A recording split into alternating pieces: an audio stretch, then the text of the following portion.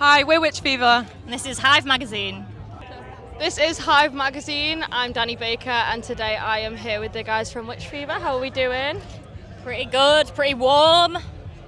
It's as we were saying, it's a lot. But how are we feeling about the set? Firstly, I'm excited. We played Trees a couple of years ago, but we played pretty early on the main stage, so I'm excited to play later on. We're headlining our stage, so hopefully everyone will be nice and drunk and lively. Yeah, raring to go, yeah. I think it'll have cooled down a bit by that point as well, so people will probably be moving a bit more willing to go for it. Yeah. So we've had a couple of new singles from you guys this year so far. Firstly, how have you found playing them live? Well, it's our first time we're playing with a bit of track through in-ears. I feel like that's an adjustment to get used to, but I think it's good now that we figured out we can still be 99% live, but pad it out and make it sound bigger than we're just capable of ourselves. Yeah, absolutely. Yeah, I think the key is to always kind of treat it like a arena show and have that big sound, and that'll be really exciting to see later. Yeah. These new singles are also part of the upcoming album Fevereaten, which, firstly, congratulations on another album. It's been a few years. Yeah, it'll be 3 years. Yeah. Will it? By the time we release it? 3 years. Yeah, so we've had a bit of time to sit with a couple of the singles now, but what can we expect from the album as a whole, and how is it different to Congregation, would you say? I feel like it's a lot more nuanced. I feel like when we recorded Congregation, we literally were it's borderline a live album. None of it's to click. We recorded the whole thing in a week and a half. And it's great, but I think this one we really went in wanting to be more intentional about specific sounds, and I feel like we really got to understand. You could literally sit there for months and just tweak tiny little bits, Yeah. which I really enjoyed. Yeah, totally. It was really fun, and it's been nice to find the balance between a polished album and something that is still raw, and you don't lose the vulnerability and the emotion. So it's been really good. That's great. How would you say your writing has also evolved from Congregation to now, with it being a few years? I think, when we started out and when we were doing Congregation, other than actually Congregation as a track, I think we were a lot more punk in our kind of sonic aesthetic. Does that make sense? Yeah. I think now we're kind of crossed more into a goth doom thing. I feel like it's still riffy, but now we're riffs I think are more impactful dependent on the space around them, whereas when we used to write it was riff, need another riff. And I think we've learned how to use space as a tool to weirdly make things heavier. Yeah, sure. That's incredible. With all of this, you guys are on top of your social game as well at the moment, always keeping up with it. How do you kind of find that it's a lot more essential for bands now? Well, we have a social media manager now. We've got a gal called Olive, and she helps schedule everything. Olive is a hero. Literally a lifesaver. And it feels crazy that we need someone to help manage our social media, but that is just the name of the game at the moment, and it's not necessarily something that I like. We're not TikTokers. It feels like homework, honestly, a lot of the time, but I think Olive's great because she understands our aesthetic and what is right for us, and what's we want to keep it as genuine and unauthentic as possible still. We don't want to I'm not doing any dance videos, do you know what I mean? Yeah, we're not chasing a viral moment just for the sake of a viral moment. We want it to still, everything we put out on socials, we want it to still be true to us and what we enjoy doing. Yeah, of course, and I guess in a way you want to be, known for your music, not just your socials. There's so much pressure on bands with that now, and I think, as you said, having a social media manager now takes so much pressure off you guys. Yeah, I feel like it's a good a kick up the bum for us as well. We have someone that is coming forward with ideas and stuff, and because before we were kind of trying to manage it amongst ourselves. Predominantly, it was Amy. And I was drowning. It was too much. Yeah.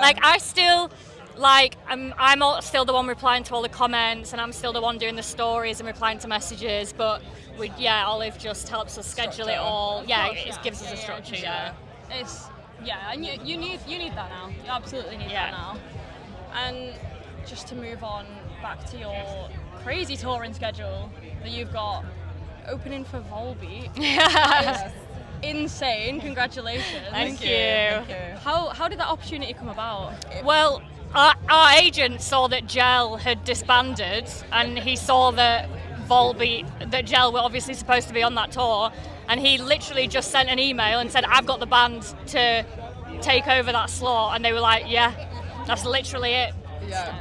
And what a lineup, honestly. How are you feeling about mental. It's such a weird, it's such a bizarre lineup, but yeah, it'll be nice for us to break into like a new audience. Like I feel like it's not, the audiences we'll be playing to won't be like your average Witch Fever fan, but I think that can only be a good thing.